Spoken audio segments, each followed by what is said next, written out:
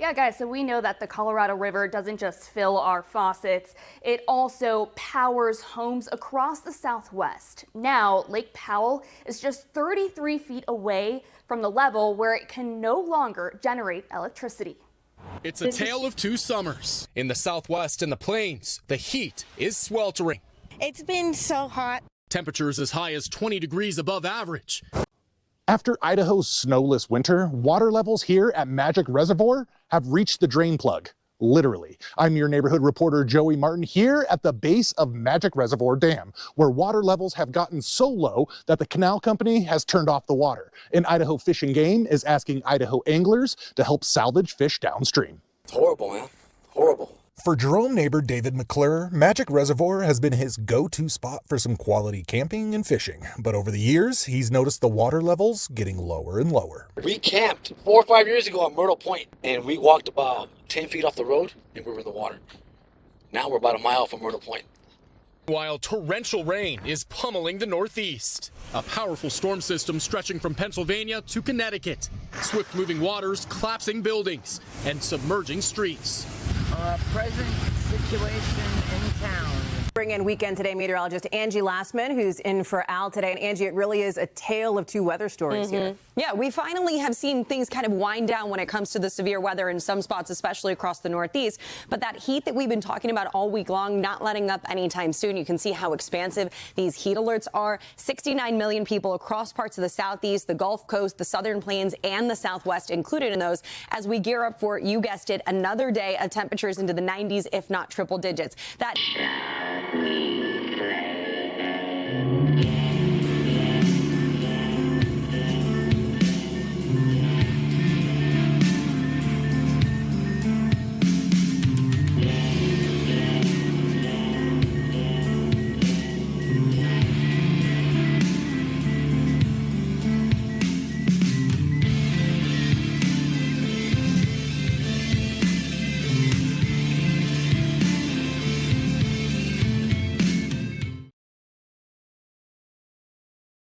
One of my subscribers, conspira.org, sent me this link. And it's funny because this is the Senate Bill 606 and Assembly Bill 1668. And this is in 2025. They're already proposing to shut California residents down to 55 gallons per day daily inside your house. Now, they've already done this outside. You're not allowed to water your garden. Some people actually hot topped their gardens and painted them green, so forth and so on. But here they go. This is the agenda. And there's the lucky number, 2030. These people are going to shut it down. There's something in California that they want, so they're slowly forcing the regular people out. And they do it with things like, well, I don't know, this. You see what I'm saying? There's a reason. There's an absolute reason. Why would they imagine this, you own a house in the freest country in the world, and then suddenly they decide that you're not allowed to use water in your own house. Now, make no mistake, they're controlling the weather. They can control the weather. They can control the weather. They have weaponry. The video I'm showing you right now is by ODD TV. California Gets Cooked, fires created by microwave-directed energy weapons. You think it's funny? You think it's not real? Well, how much more information do you possibly need? Here's directed energy weapons being shown ad nauseum by the military, by the Navy, by the Air Force, by the Army on the History Channel. This stuff exists. The fact that people don't understand that our own government has been infiltrated a long time ago when they blew Kennedy's head off. This is what they're doing. This is the new political machine. This is how they move people out of areas that they don't want them in anymore. You own a house here, you've been paying, you've been doing your job, you've been paying your taxes, you've been doing everything right, and they suddenly tell us that you're not allowed to use more than 55 gallons of water a day in a house. Do you know how many toilet flushes that is? Do you know how many showers that is? Yeah, you're talking mobile home status. And the funniest thing is, they can make rain. They've been doing it for time immemorial. It's no big deal. But they can also stop rain.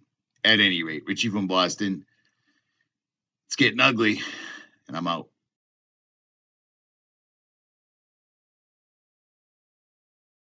And the FBI and Environmental Protection Agency are warning utilities across the country that hackers are trying to disrupt critical water infrastructure. Chris Cook is live with more. Chris. Hannah, I'm here at GUC's facility downtown. They assured their customers that they have systems in place to protect them if hackers potentially come for water systems here. According to NBC News, water and wastewater utilities have reported issues to the FBI with malicious activity degrading water operations. These cyber attacks have been reported in at least 7 states, although the FBI's announcement doesn't name the states. NBC News says a culprit hasn't been identified by the FBI or EPA for the breaches. Greenville Utilities officials say they're prepared to protect customers from any attacks that might reach Eastern Carolina. So GUC has a very robust cybersecurity program. We believe we have the people, the technology, and the processes in place to help protect our customers' data as well as our utility systems. The FBI's warning comes after authorities were working Thursday to find the source of cyber attacks that targeted over 30 water systems in Minnesota. And while a culprit hasn't been identified in those attacks either, the Associated Press said agencies gave warning last week that Iranian hackers had been targeting water and wastewater systems. Live in Greenville, Chris Cook, WITN News. Well, thank you, Chris. And the FBI gave tips for critical infrastructure asset owners and operators to protect themselves. Those tips will be available on our website later this evening, and we'll have more on the emerging threat later in the newscast. The fact that the mainstream is now suddenly pushing hackers, secret hackers like Osama bin Laden's all over the place are now hacking the water system should be an enormous red flag. It should be a bell going off in your head that you need to take steps now. Not soon, not down the road, now. They're going to take away the water. Understand what that means. When you lose the water, you lose everything. That's exactly what they're doing. They're burning the world right now, exactly like they showed at the end of the Olympics. Remember this? Where they showed every single country on fire and then aliens or demons coming out of the sky being orchestrated by the golden one in the middle, or Lucifer right there, and they rebuild everything.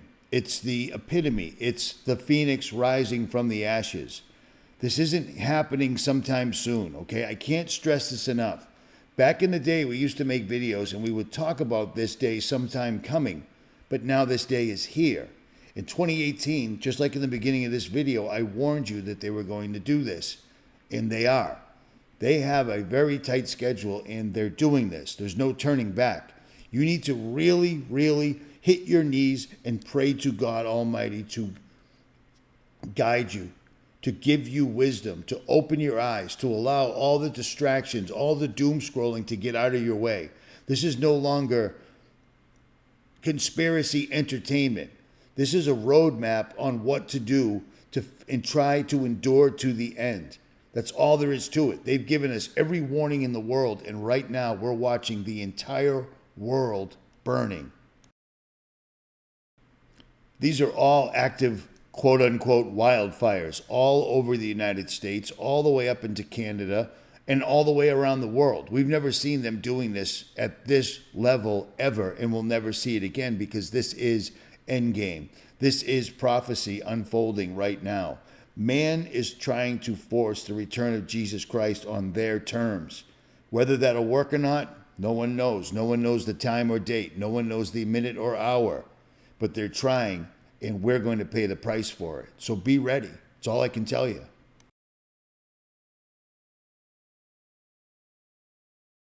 German-made tunnel boring machine is assembled.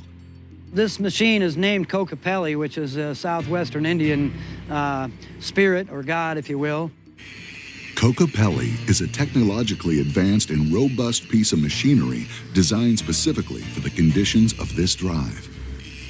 Normally, a tail shield could be as little as an inch thick. This one happens to be 3 inches thick, just because it's got to be able to withstand that pressure.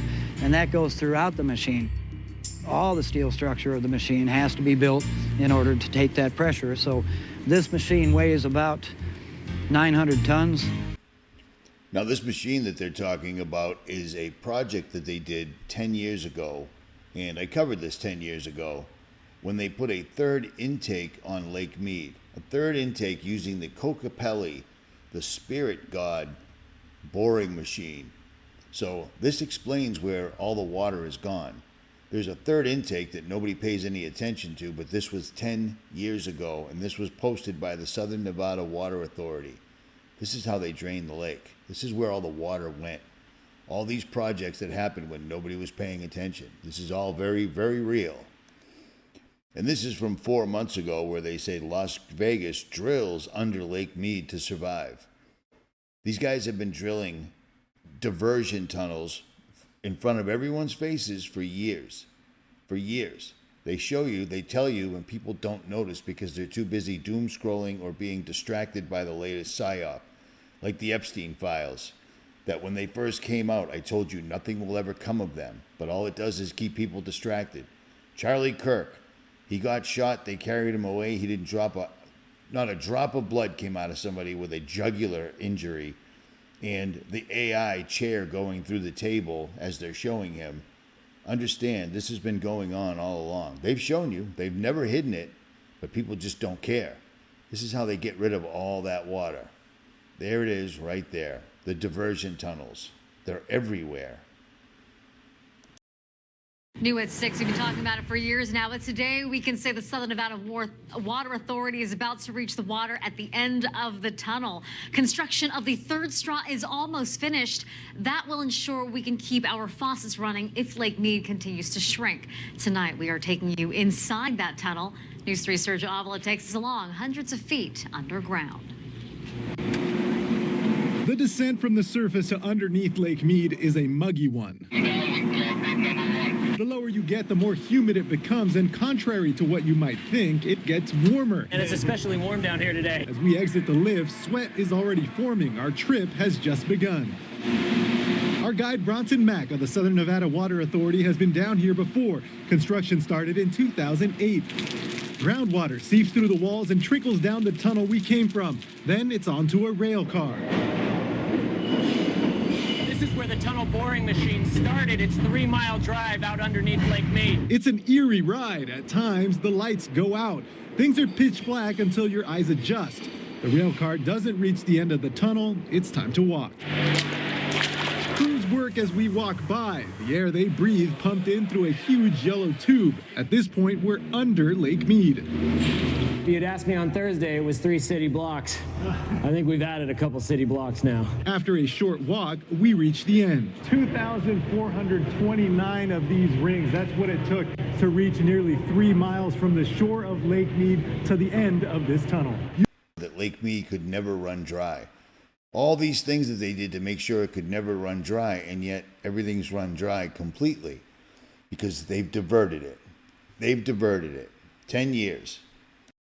And for those people that just can't seem to quite get their head around the fact that our government has and does control the weather, this goes back all the way to 1974. One of my subscribers reminded me that I actually had this because I had forgotten. But January 25 and March 20th, 1974. Top secret meeting held 1974, made public in 1974. But this is about using weather modification, the need for international agreement prohibiting the use of environmental and geophysical modification as weapons of war. Because this has been around for a long time, okay? Notice all the people that were at the meeting: Sparkman, Mansfield, Church, Singleton, Pell, McGee, Muskie, McGovern, Humphrey. These are all real people. This is all completely 100% real. And everyone could read about it. No big deal. But they didn't want people using weather as a weapon. Weather modification. 1974, the subcommittee met pursuant to notice of 1005 and Chair 4221 Durkinson Senate Office Building, Senator Claire Pell, Chairman of the subcommittee, presiding. And it goes on. And it goes on. Senator Pell, this morning the Subcommittee on Oceans and International Environment is meeting to hear testimony concerning the need for an international agreement prohibiting the use of environmental modification and geophysical modification as weapons of war. Geophysical means HARP, earthquake machine, something that they obviously use, and people don't seem to care, I guess. I don't know what it is.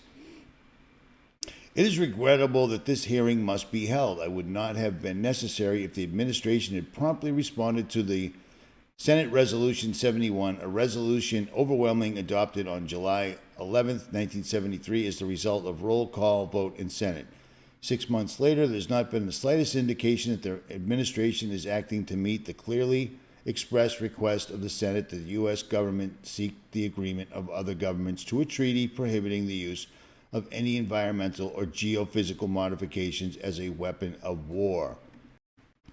Now, the reason they had those committee meetings, the Senate meetings, was because weapons of war, using the weather as a weapon, had just been used in Vietnam, where they tried to flood out the Ho Chi Minh Trail, and people actually saw what they could do. This was back in the 60s, okay? This is a long time ago. That's why they had to have these hearings, because of this. And at any given time, they could use their technology literally to save everybody. They could use it to make rain. They could use it to make localized rain right over Lake Mead. They could fill all these lakes and dams if they wanted to, but they're not. They're draining it, and it should be obvious that the water has just disappeared at such a astonishing level. But people don't seem to care. They don't seem to get it, that owning the weather in 2025 is a real thing. That the weather modification hearings go back to the early 70s. They don't seem to care about this. It's all here. You can look it up for yourself, but people just don't. They take the news for its word, which just blows me away. They go for climate change just like they went for COVID. And they're not turning this boat around. They're just not. A drought is upon her waters, and they shall be dried up, for the land is of graven images, and they are mad upon their idols. Yeah, seems like we're there. So for those that don't believe or can't accept the truth, this is on Internet Archive. I've saved this. I've given this out I don't know how many times, but this is Owning the Weather by 2025. I was positive it said by or in 2025. Well, they're there. And this entire document explains exactly how they can do what they do. Degrade the enemy, precipitation enhancement, flood lines of communication, reduce effectiveness, decrease comfort levels and morale. Storm enhancement, that's just denies operations. All this stuff. I mean, I've gone over this ad nauseum. It's right here. And people still don't believe that this is real whatsoever at all. I don't know what to say. I don't know what to say. But they're showing computers. Notice how they're showing the world surrounded by satellites, but then they show it in a different way over here. I believe that's what they've got up and running now. I'm pretty sure that's what the Starlink is, because like I've told you numerous times, Starlink is not new. I used that exact technology back in the early 90s when I was in the military. Do you see what I mean? Operation Saber, Desert Saber, Desert Shield, and Desert Storm. We had that technology then. It's not new. So I think all these Starlink satellites people are seeing everywhere are low Earth orbit satellites that can create heat waves big time, because we're seeing weather like we've never seen before. And it's not climate change. It's not even real. My entire life, they've been talking about that global warming, new ice age, etc., etc., etc. This isn't new, but people just won't open their eyes to it. It's amazing. These guys did, in 1974, geophysical and environmental research for peaceful purposes should actively seek the cooperation of other nations in programs of joint research on geophysical phenomena, their control, and their peaceful use. However, despite the wide support for this concept, the administration has failed to articulate a national policy on weather modification. This is due primarily to the intransience of the U.S. military establishment. The military branches of our government have steadfastly opposed the development of any policy in order to keep all their options open in the field of environmental modification. This response, in my opinion, is a short-sighted reflexive reaction. It does not represent a carefully considered, well-developed national policy. You've got to remember that these guys, back in the 70s, it wasn't quite as open as it is now. Everything wasn't right in your face like it is now. They still kept things undercover. I found this bookmark that I had saved back in 2018, and it shows how an author discovered the unprecedented levels of aluminum and barium nanodust, primary components in chemtrails, both of which are incinerary. How many times have I told you that they're spraying thermite in the atmosphere?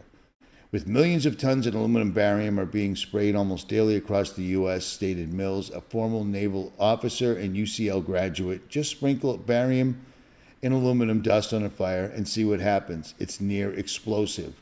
It's been going on for a long time, man. It's going on for a long time, and all the documentation's right here, and people just will not look at it. They won't see it. And if they did, they would understand why we're seeing what we're seeing right now. These guys are destroying us, and again, Jeremiah explains it pretty well. A drought is upon her waters, and they shall be dried up, for it is the land of graven images, and they are mad upon their idols. And if I had to guess, I would imagine it's all the statues of saints and crucifix crosses everybody carries around their necks. Those are idols. Those are idols, and we should not be worshiping them whatsoever at all. Catholics do. Christians should not whatsoever at all. And I think that we are, this was prophesized and it's happening. Is it by the hand of man? Absolutely. But it's a prophecy and it's happening right now.